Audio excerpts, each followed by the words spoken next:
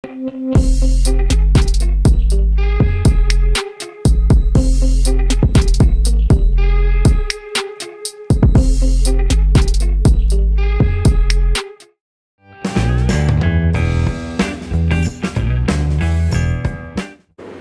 friends, welcome back to my channel Shamima's Pro Tips. நீங்க பார்த்துட்டு இருக்கிறது உங்களுடைய ஷமிமா. ஆமா, வேற யாரை பாப்பீங்க? சோ இத்தனை நாள் நம்ம ஒரு பியூட்டியை பார்த்தோமே, இன்னைக்கு என்னடா ஒரு பார்ட்டி வந்து நிக்குது அப்படி நீங்க நினைக்கலாம். I know your mind voice. இன்னைக்கு வந்து நம்ம வந்து கிச்சன்ல நிக்கிறோம். சோ இன்னைக்கு நம்ம பார்க்க போறது ஒரு குக்கிங் வீடியோ. சரி, ஃபர்ஸ்ட் குக்கிங் வீடியோ ஆச்சு, மங்களகரமான ஒரு டிஷ்ஷோட ஸ்டார்ட் பண்ணலாம் அப்படின்னு சொல்றேன். என்னது சாம்பார் சாதமா? கிடையாது. மங்களகரமான டிஷ்ஷுன்னு நீங்க சாம்பார் சாதம் நினைச்சுக்கிட்டீங்களா? இல்ல மக்களே, இதுதான் அந்த மங்களகரமான டிஷ். பாருங்க எவ்வளோ அழகா செல்லம் மஞ்சள்லாம் பூசி எவ்வளோ அழகா இருக்குது இல்லை? ஐயோ. ஸோ இவங்கள வச்சு தான் நம்ம ஒரு சமையல் இன்னைக்கு பண்ண போகிறோம். அது வேற எதுவுமே இல்லை, வீட்லேயே சிம்பிளாக செய்யக்கூடிய ஒரு தந்தூரி சிக்கன் ரெசிபி தான் நம்ம இன்னைக்கு பார்க்க போகிறோம். ஸோ கொஞ்சம் கூட டைம் வேஸ்ட் பண்ணாமல் நேராக வீடியோக்குள்ளே போகலாம். ஸோ இந்த டிஷ்ஷுக்கு வந்து ஃபஸ்ட்டு மெயினான ஒரு திங் என்னென்னா அது கர்ட்.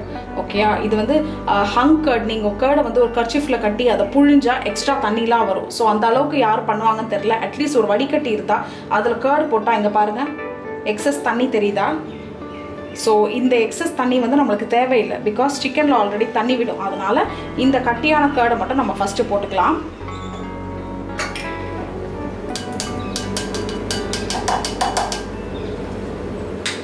கர்ட் போட்டதுக்கப்புறம் இதுக்கு தேவையான ஒரு முக்கியமான ingredient 1 tablespoon of Kashmiri chilli powder போடணும். ஓகே, காஷ்மீரி சில்லி பவுடர் போட்டால் காரம் வராது, நம்மளுக்கு வெறும் கலர் மட்டும் வரும். ஸோ கொஞ்சம் தாராளமாக காஷ்மீரி சில்லி பவுடர் கூட ஒரு 1/2 tablespoon நான் போட்டுக்கிறேன். நெக்ஸ்ட்டு ஒரு அரை டீஸ்பூன் டீஸ்பூன் டேபிள் ஸ்பூன் வித்தியாசம் தெரியுதா? டீஸ்பூன் வந்து குட்டியாக இருக்குது. ஸோ உங்ககிட்ட இது ரெண்டு இல்லைனாலும் பெரிய ஸ்பூன் சின்ன ஸ்பூன் எடுத்துக்கோங்க. ஒரு அரை டீஸ்பூன் கரம் மசாலா, அகேன் ஒரு அரை டீஸ்பூன் பெப்பர் பவுடர் காரத்துக்கு,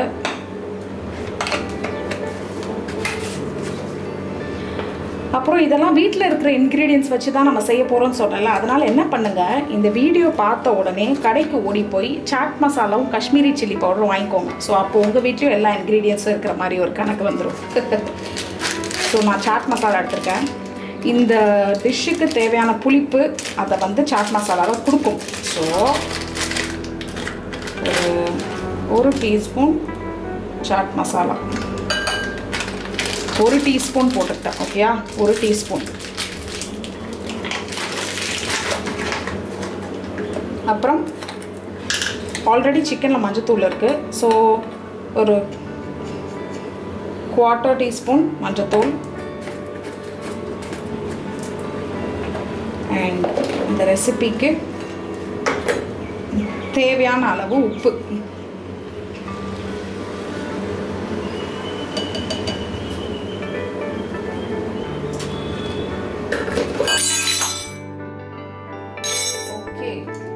ஒரு விஸ்க் எடுத்து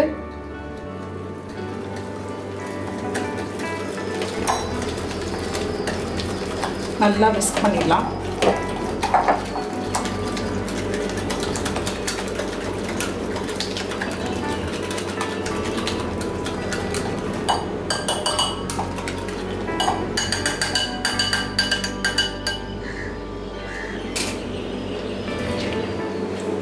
இப்போ நான் இந்த சிக்கன் எடுத்து இதில் போட்டு இந்த மசாலாவை சிக்கன் ஆல்ரெடி நீங்கள் வந்து சிக்கனை டீப் கட்ஸ் பண்ணியிருக்கணும். சிக்கனை டீப்பாக கட் பண்ணால் தான் மசாலா உள்ளே இறங்கும். ஸோ இந்த மசாலாவை எடுத்து சிக்கனுக்கு சோப் போடுற மாதிரி போட போகிறேன்.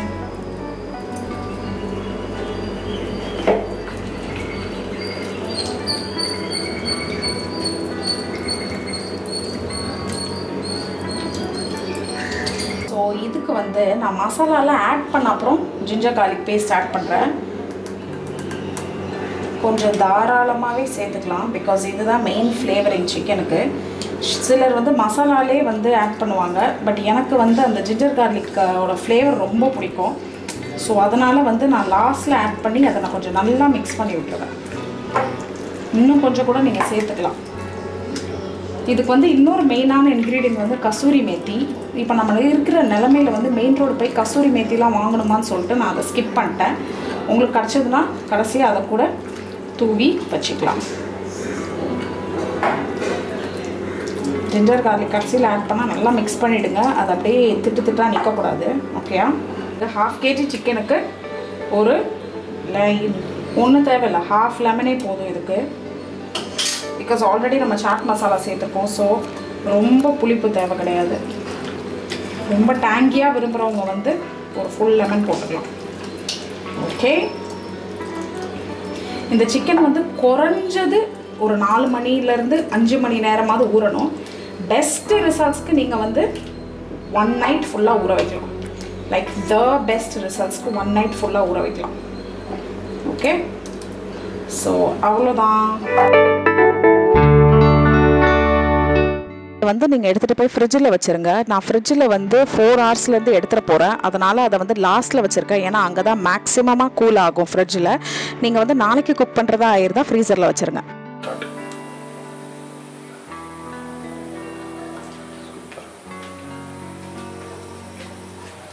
கடாய் சூடானதுக்கப்புறம் நான் எண்ணெய் ஊற்றிருக்கிறேன். ஃப்ளேவருக்கு கொஞ்சம் பட்டர் ஆட் பண்ணியிருக்கேன். பட்டரில் நான் ஸ்கிப் பண்ணிக்கோங்க. இதெல்லாம் ஒரு கடாயா அப்படின்னு சொல்லிட்டு நீங்கள் யோசிக்கலாம். இதுதான் எங்கள் வீட்டு ஜிஆர்டியில் ஃப்ரீயாக கொடுத்த கடாய். இப்போ நான் வந்து சிக்கன் ஆட் பண்ணியிருக்கிறேன். இப்போ பார்த்தீங்களா சிக்கனுக்கு வந்து எவ்வளோ கொஞ்சமான எண்ணெய் ஊற்றிருக்கிறேன்னு. இதுதான் நம்ம மொத்த குக்கிங்க்குமே தேவையான எண்ணெய். ஸோ இந்த சிக்கனை நம்ம போட்டாச்சு இப்போது. ஓகே, இப்போ இது வந்து ஒரு 5 நிமிஷத்துக்கு மேலேயே எடுத்துருக்கோம். இப்போ இந்த சைடு நான் திருப்பி போட்டேன். இன்னும் ஒரு 5 நிமிஷம் இருக்கட்டும். ஸோ டெக்ஸ்டர் பாருங்கள், நல்லா கடையில் வறுக்கிற மாதிரியே வந்துச்சு இல்லை? இது எந்த பிகினர்ஸும் ட்ரை பண்ணலாம். இதை என்ன பண்ணுங்கள், இது கீழே இப்படி ஒட்டின்னு இருக்கும், அதை மட்டும் கொஞ்சம் எடுத்து விடுங்க. வந்து இந்த சைடும் வந்து நல்லா குக் ஆகிடுச்சு.